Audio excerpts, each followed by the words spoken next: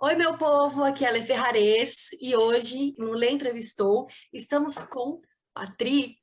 Gente, Patrick, ele que fez Espelho da Vida, que foi uma novela que eu assisti com a minha mãe, que ele está fazendo agora Além da Ilusão, Gênesis. Bem-vindo, Patrick, muito obrigada por me receber. Obrigada também a Silvana, se estiver assistindo a gente, que possibilitou tudo isso. Obrigado você, Letícia, mesmo, pelo espaço aqui. Um prazer.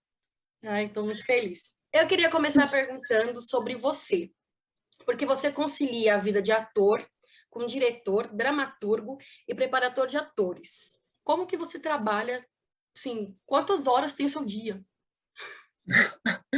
Então, meu dia tem 24 horas só, né?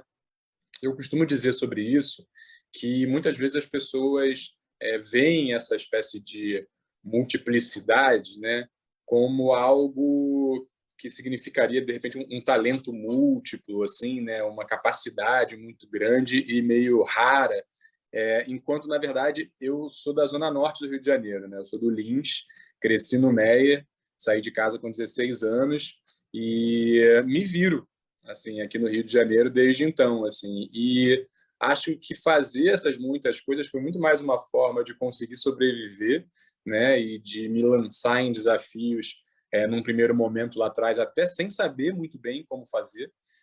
E aos poucos, né, tipo, ao mesmo tempo que eu me colocava diante desses desafios, eu fui estudando muito, assim. Eu sempre fui muito autodidata e muito curioso, assim. Então acabou que eu fui pegando muitos livros, descobrindo cursos online que eram gratuitos, devorando tutoriais, escrevendo espetáculos e montando.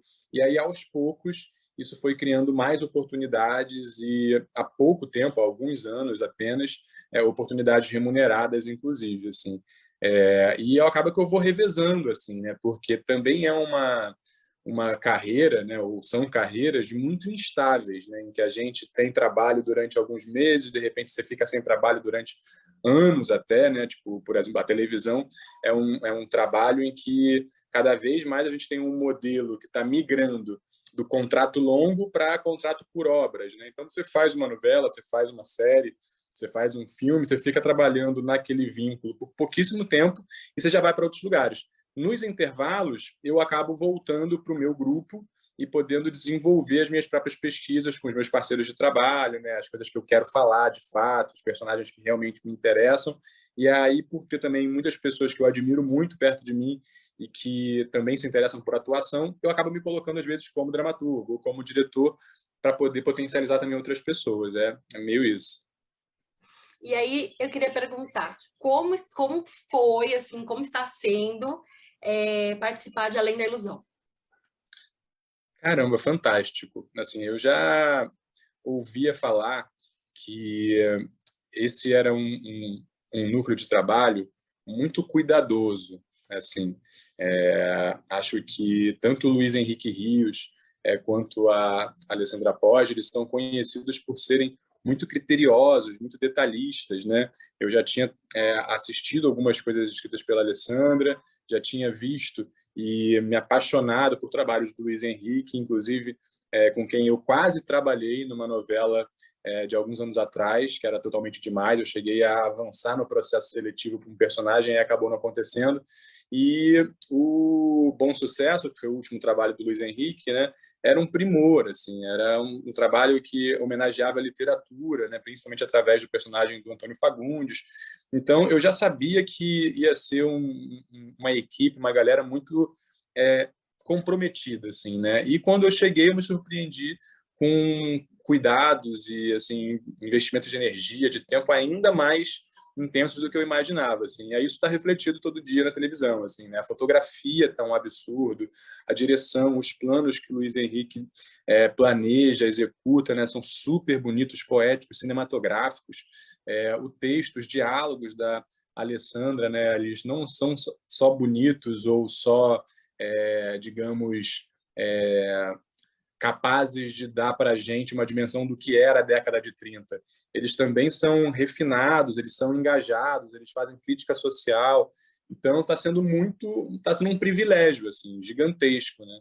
E um privilégio pelo qual eu agradeço muito pela oportunidade, tanto ao Luiz Henrique e à Alessandra por terem confiado em mim, quanto também ao Fábio Zambroni, que é o diretor de elenco, né, o produtor de elenco, a pessoa que pesquisou atores para poder mostrar para o diretor e para a autora, para que eles pudessem, né, confirmar essas apostas. E o Fábio é um diretor de elenco, um produtor de elenco, que se dedica muito a conhecer iniciativas no teatro, né, não só aqui no Rio de Janeiro, mas como eu trabalho no Rio de Janeiro, eu posso falar mais por aqui, que já me assistiu no teatro, né, e foi buscar essa produção artística fora da televisão, né? Isso cria novas oportunidades. Então, eu sou muito grato também ao Fábio Zambroni, porque é a segunda novela em que ele aposta no meu trabalho. Assim, a primeira foi justamente Espelho da Vida.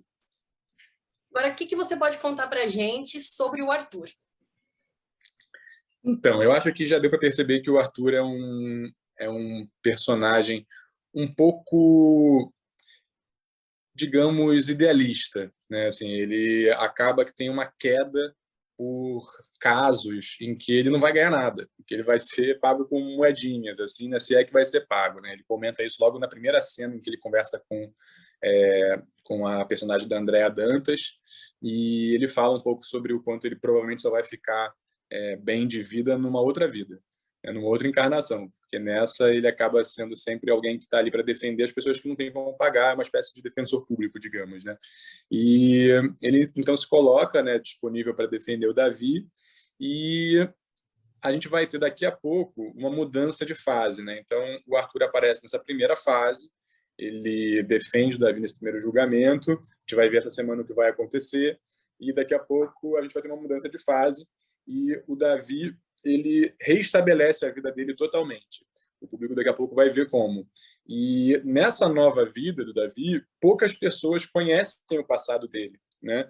Então, o Arthur é alguém que volta a encontrar o Davi daqui a pouco, sendo uma das únicas pessoas que conhece o passado dele e que, caso esse passado venha à tona, né, podem ajudar o Davi a continuar tentando provar sua liberdade. Então, a gente vai ver daqui a pouco essa mudança de fase, o Arthur fica alguns capítulos sem aparecer, quando ele voltar, ele vai voltar um pouco diferente e sendo essa possibilidade assim de conexão do Davi com o passado e também de, enfim, garantia da própria inocência diante dessa nova cidade, né, que acaba sendo apresentada a ele nessa nova vida que ele estabelece. E aí, falando ainda de Arthur, quais são as semelhanças entre vocês dois? Eu diria, e algumas pessoas vão dizer, inclusive, que tem a ver com o meu signo, com ser libriano, né, com ter essa coisa da balança, com uma espécie de senso de justiça muito, não sei, intenso, né, que eu também tenho esse engajamento, assim, né? Eu, inclusive, tenho um histórico de militância em movimentos sociais de cultura, fui conselheiro municipal de cultura em teatro aqui do Rio de Janeiro, renunciei porque estava protestando contra algumas práticas do secretário de cultura da época aqui da cidade, fiz parte de movimentos nacionais até, de teatro de grupo, né, tentando conquistar políticas públicas que possam, digamos, dar acesso a mais recursos para produtores culturais que realmente precisam e que quase nunca conseguem acessar esses recursos, sabe? Principalmente a partir de uma lógica que entende que a cultura é algo que é produzido em todos os lugares e que as políticas públicas precisam apoiar essas iniciativas dos territórios, que é um paradigma que talvez tenha sido mais popularizado pela gestão do Gilberto Gil, quando ele foi ministro da Cultura, pelo Juca Ferreira, quando ele sucedeu o Gil no Ministério, né, com o projeto dos pontos de cultura, por exemplo, né? E a gente, na verdade, tem historicamente uma concentração muito grande no Sudeste, assim, dos investimentos em cultura e também de agentes culturais que às vezes estão mais próximos do mercado. Então, eu tive anos de participação em movimentos de cultura que tentavam, digamos, democratizar um pouco a cultura e, claro, que isso não tem nada a ver com o que está sendo feito atualmente na Secretaria de Cultura, mesmo que o secretário atual, né, tipo, que, na verdade, tem combatido as políticas que poderiam ser positivas, né, tem boicotado a produção cultural nacional. Ele também fala sobre democratização, mas não tem nada a ver com o que eu e os movimentos sociais defendíamos na época, assim, né? Tipo, é algo mais complexo, mais distribuído. E eu acho que isso, assim, eu não consigo não pensar nessa perspectiva da justiça social, assim, sabe? Me considero uma pessoa engajada, que tenta, de alguma forma, combater o neoliberalismo, combater o capitalismo e a destruição do planeta que a gente está assistindo. Essa pergunta foi uma pergunta que eu pensei muito como eu poderia fazer, mas é uma curiosidade mais minha mesmo. Você participou de novelas com temas completamente diferentes, né? Uma sobre espiritismo, a outra baseada numa história da Bíblia, e agora nessa sobre mágica. Como foram essas experiências para você? Eu diria que realmente são experiências muito diferentes, né? E que, principalmente quando a gente está falando de, digamos, canais de televisão, assim, né? Eu acho que o mais interessante, o mais legal é que o alcance dessas coisas, desses trabalhos e o aumento do alcance da gente que participa, né? É algo que em si é poderoso, digamos assim, né?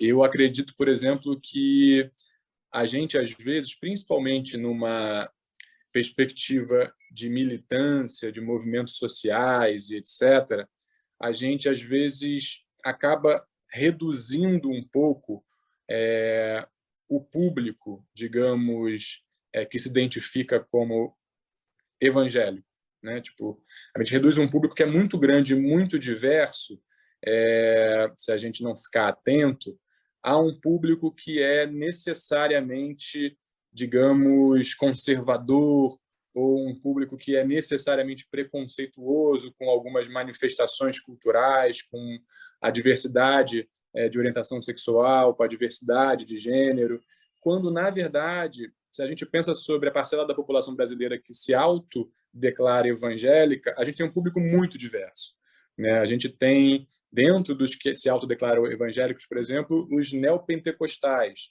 A gente também tem os pentecostais, a gente também tem pessoas que se identificam apenas protestantes.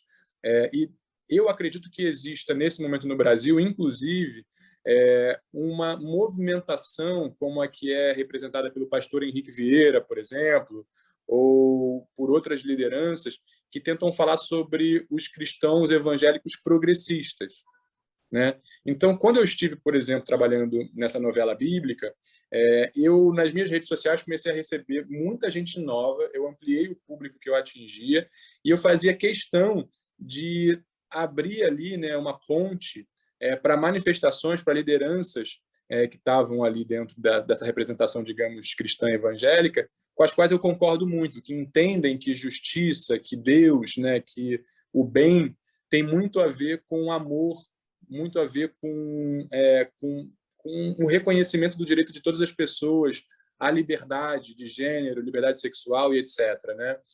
Dentro do espiritismo, que foi, eu acho que o tema que estava trabalhado dentro do Espelho da Vida, eu estava também muito próximo porque eu venho de uma família kardecista, né, espírita kardecista. A minha infância inteira foi uma infância em que, ao meu redor, estavam livros e ensinamentos de Allan Kardec, né, que é esse fundador do kardecismo, do espiritismo kardecista, que é o que estava contagiando muito, né, a perspectiva de Espelho da Vida, né? E ali também a gente falava sobre coisas nas quais era possível perceber no discurso o amor incondicional, digamos, né, de Deus ou das divindades, digamos, ou da criação, né, da origem de tudo, por todos os seres, né, assim, e que acreditava também numa perspectiva que não necessariamente eu acredito piamente, que é na ideia de responsabilização da gente pelos nossos atos, assim, né?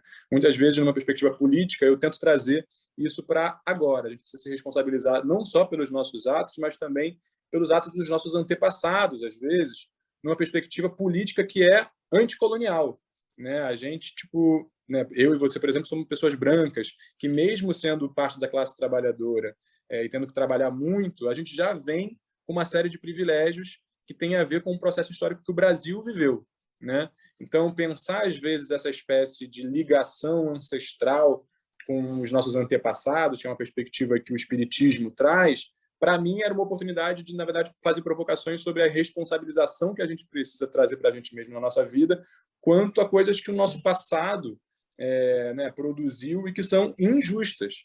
né? Então, enfim, essa é já uma outra dimensão que, para mim, em Espelho da Vida, estava muito presente nas minhas conversas nos stories no Instagram, por exemplo, sabe? E agora, quando a gente fala de mágica, a gente está falando de artes cênicas, né? A gente está falando da magia e da capacidade da cultura e da arte de rua, da arte popular, de encantar as pessoas, né? De mostrar que existem modos de a gente, não sei, acreditar que outras possibilidades de mundo existem, né? Então, de novo, eu consigo me encher de energia para conseguir, nos meus diálogos, nas minhas redes sociais, enfim, quando eu vou falar sobre isso na rua, em especial fazendo um advogado que está lutando por justiça, né? Conseguir de novo trazer uma perspectiva política. Então, eu acho isso, assim, eu acho que eu não só agradeço por poder trabalhar com aquilo que eu me formei, o que é um privilégio, né? Eu conheço muitos atores maravilhosos que não têm tantas oportunidades quanto eu tenho a sorte de ter, e isso em si é muito maravilhoso. Mas, para além disso, eu ainda sempre tento pegar essa oportunidade de maior alcance para poder divulgar uma visão de mundo na qual eu acredito. Sobre o Espelho da Vida, como foi interpretar dois personagens ao mesmo tempo, sendo que um deles era fantasma? Ai, foi perfeito, foi maravilhoso, gente, sério. E nesse sentido eu agradeço muito também a Elizabeth Gin, a toda a equipe, e ao Pedro Vasconcelos, esse diretor fantástico que acreditou muito também no meu trabalho e foi também contribuindo assim para que eu pudesse ter mais espaço na novela, assim, sabe? Eu soube depois com investimento mesmo, falando para a autora, assim, né? Tipo que podia confiar em mim, assim. E é isso. Para a gente que tem pouquíssima oportunidade de estar treinando tanto, assim, né? Tá tão, não sei, tão frequentemente voltando para fazer coisas. Eu não só tinha um personagem que gravava bastante, como eu tinha dois, assim, e que eram diferentes. Então foi fantástico pensar sobre essas diferenças. Até saiu uma crítica na época no Extra falando que eu conseguia dar nuances muito diferentes para os dois personagens, assim. E, de novo, agora, né, eu estou fazendo um advogado na década de 30, que é a mesma década do final de Espelho da Vida, né? O Arthur, que era um personagem no passado, também era um advogado. Nesse, a diferença, quando as roupas são parecidas, né, tipo, o cabelo é parecido, é o meu bigode até agora. Então, eu estou de novo pensando assim, cara, vou fazer uma coisa menos solar. O Arthur era um romântico, né, apaixonado pela Dora, que era o personagem da Aline Moraes, e agora eu estou fazendo um personagem que, apesar de ser, digamos, um mocinho, né, alguém que está do lado do bem ou da justiça, eu estou fazendo ele com uma voz um pouco mais arrastada. Assim, algumas pessoas, inclusive, falaram no Twitter, eu acho, num comentário do Instagram, não lembro, que estão vendo que eu envelheci, né? Assim, aí eu, na minha vida, tipo, eu não envelheci tanto, mas no personagem eu acho que eu estou conseguindo dar essa diferença do Otávio, que tipo, também era advogado, né, e também é bom moço, assim. Então isso foi o mais maravilhoso, você conseguir pensar a diferença, assim, sabe? Porque é uma escultura no final das contas, né? Você pensar sobre até onde vai a sua voz, que corpo é esse, assim. No início das gravações é meio confuso, assim, você vai se ambientando, aí você assiste, corrige algumas coisas que você estava planejando, mas foi fantástico, assim, gente, que privilégio, era muito maravilhoso, muito. Lembro sempre do Felipe atormentando a Isabel e era Era bem muito legal de radical. assistir. Era maravilhoso. Gente, eu sugeri no ouvido da minha suposta filha, né, que depois a gente descobre que não é minha filha, que era feita pela gigantesca Clara Galinari, essa atriz maravilhosa, que ela deveria ir até o precipício. Né? Tipo, ela se desequilibrou e foi salva no final. Eu era um demônio. Assim. Muitas pessoas no Twitter, inclusive, comparavam o Felipe com o Alexandre da Viagem, né, que também tipo, ficou muito emblemático no imaginário da galera como fantasma obsediador, assim, né? Então, cara, foi muito maravilhoso, sério. Assim, eu acho que esse foi o meu maior presente da vida da minha carreira, assim, cara. Tipo, fazer esses dois personagens era muito maravilhoso e com uma jornada, né? Isso também é raro, né? Normalmente você tem um arco dramático de história, assim, desenvolvida para um personagem, quando você é um dos personagens mais centrais, assim, né? Então você tem protagonistas, um segundo núcleo, tá? Mas muitos personagens eles não são tão aprofundados assim, né? E eu tive essa sorte da primeira novela que eu fiz inteira, né? Porque eu já fiz muitas participações pequenas em novelas, mas a primeira novela que eu fiz inteira eu já ganhei um arco que, tipo, né? Eu era vivo, morri, lutei por um grande amor, fui injustiçado, comecei a querer me vingar e depois ainda tem uma redenção no final, assim, né? Então, tipo, foi lindo, assim, foi maravilhoso, gente. assistam o Espelho da Vida. Quem não assistiu lá no Globoplay, é uma obra de arte. Ó. Foram sussurros que me mataram, tá vindo aí. E eu quero saber o que a gente pode saber sobre esse filme. O que você pode contar pra gente? Gente, Foram os Sussurros que Me Mataram, que eu chamo de Sussurros, é muito louco, assim, é um filme estranhíssimo, é um filme que tem roteiro e direção do Arthur Tuoto, que é um cineasta curitibano e que é também um grande pesquisador de cinema e tal, e ele está falando desse universo dos reality shows, né?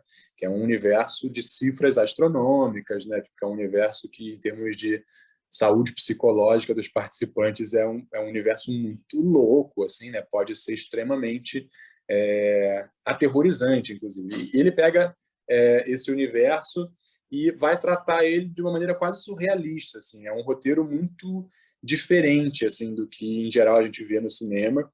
E é um filme onde eu tive a honra, assim, também o prazer imenso de contracenar com a Mel Lisboa, que eu acompanho desde sempre, que é uma atriz fantástica, que faz escolhas de carreira, assim, que eu admiro muito, há muito tempo, inclusive no teatro, fora da televisão, né, enfim, no cinema também, e que, enfim, conheci e se revelou uma parceira de trabalho fantástica também, né, tipo, eu nesse filme eu faço uma participação na sequência final, então eu cheguei no final das diárias do filme e fiquei lá, acho que nessa última semana, assim, né? Então eu tive um convívio até bem rápido com a Mel e com o resto da equipe, e foi, assim, um dos camarins mais deliciosos, assim, que eu já vivi, assim, em uma produção em que todo mundo, departamento de arte, departamento de figurino, estava todo mundo muito sintonizado, assim, e a gente vai ver personagens muito estranhos. A gente vai ver a Mel Lisboa fazendo a Ingrid Savoy, se eu não me engano, acho que é o nome do personagem, que é uma grande celebridade que está confinada para esse cara de show e que também é um personagem estranhíssimo, muito curioso, assim. E eu faço esse paparazzi que, depois de várias tentativas de invasão de anarquistas que estão tentando invadir esse prédio onde ela está confinada antes da estreia para tipo, descobrir coisas que estão sendo mantidas em segredo. Eu sou esse paparazzi, esse fotógrafo, né, que, assim como vários outros fotógrafos, está tentando escalar o prédio do hotel onde ela está confinada, taca bomba, explode andares inteiros, portas são metralhadas, e aí esse quarto onde ela está confinada é invadido e a gente tem uma conversa profunda, existencialista sobre esse universo, assim, sabe? Então, esses são os spoilers que posso dar, assim, e dizer que tá lindo, gente. Assim, eu assisti alguns takes, assim, depois das filmagens e, caramba, assim, tô louco para ver isso no cinema. Agora, eu não queria fazer isso porque eu tô gostando muito do bate-papo, mas tá na hora da gente já começar a encerrar. Sem problema. Não queria mesmo. Então, a última pergunta, na verdade, é voltando à primeira pergunta. Se você tivesse que escolher apenas uma das suas vertentes de profissão, qual você escolheria? Gente, olha, eu vou responder de duas formas. Uma é que a minha formação, ela acredita muito que a palavra ator, né, ela é uma palavra que não significa só o que a gente costuma entender dela no senso comum, assim, né? A palavra ator vem de ato, vem de ação, né?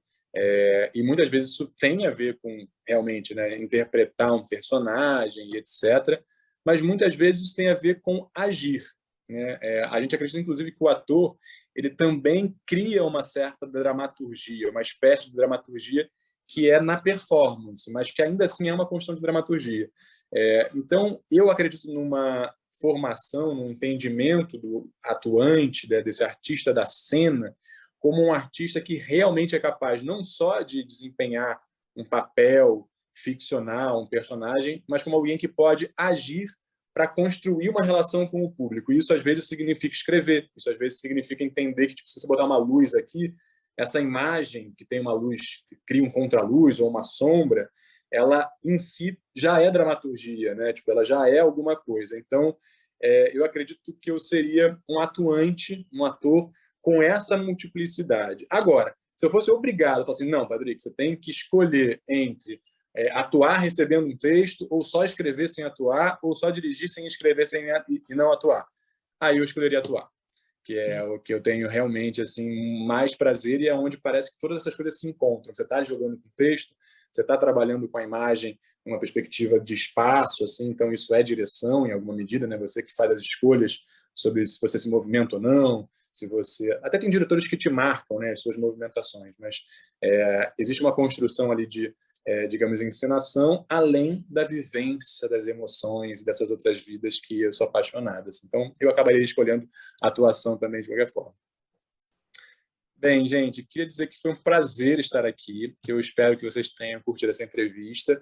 Falar para vocês me seguirem nas redes, para vocês acompanharem outros trabalhos que venham a surgir daqui a pouco, que vocês acompanhem Além da Ilusão, às 18 horas na Rede Globo. A novela está muito linda e vai surpreender vocês a cada semana. Assim, tem muitas coisas ricas e maravilhosas para acontecer já já. E agradecer a oportunidade e o convite mesmo, Letícia. Muito obrigado.